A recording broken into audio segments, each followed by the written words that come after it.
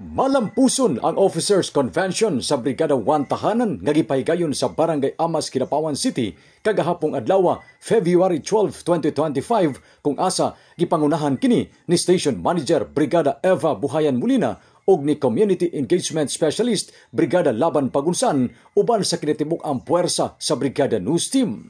Kini gitambungan sa mga officer sa Brigada 1 Tahanan sa nagkadaiyang mga lungsod sa probinsya sa North Cotabato gikan sa Chapter 1 hangtod sa Chapter 80. Sa panahon sa maong convention, gipahigayon ang nagkadaiyang mga contest sa matag chapter sama sa dance contest, banner making contest, headdress contest, yell competition o uban pa kung asa malipayon ang nahimong mga mananaog niini nga nakadawat og mga premyo. Nakadawat usap og pahalipay ang ubang mga presidente sa matag chapter sa Brigada 1 Tahanan isip most active president. Wala usay nag-uli nga luhaan tungod kay ang matag partisipante nakadawat og giveaways nga gisponsoran sa Brigada 1 Tahanan. Human sa gipahigayon nga contest o competition, subling gibatbat sa program director sa Brigada 1 Tahanan nga si Jemar Canlas ang tumong kung nganong gimugna ang maong organization. Unsa ba gyud ni si Brigadahan 1 Tahanan? Si Brigadahan 1 Tahanan, community-based volunteer organization.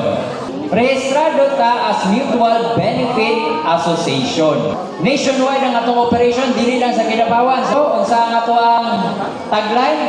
Isang bayan, isang brigadahan. Usara tag Pinoy anang, magkahiusa ta, magtinabangay ta.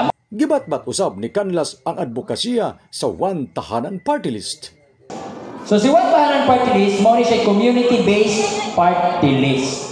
Kani ang mga listahan sa gustong pagahimoong legislative agenda ni 1 Tahanan Party List. Ako na i-explain.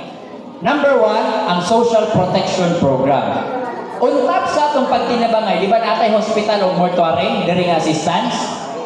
Untap ana, mo access sa government funds. Pinaagi sa 1 Tahanan Party List, natay ginaingon nga guarantee letter.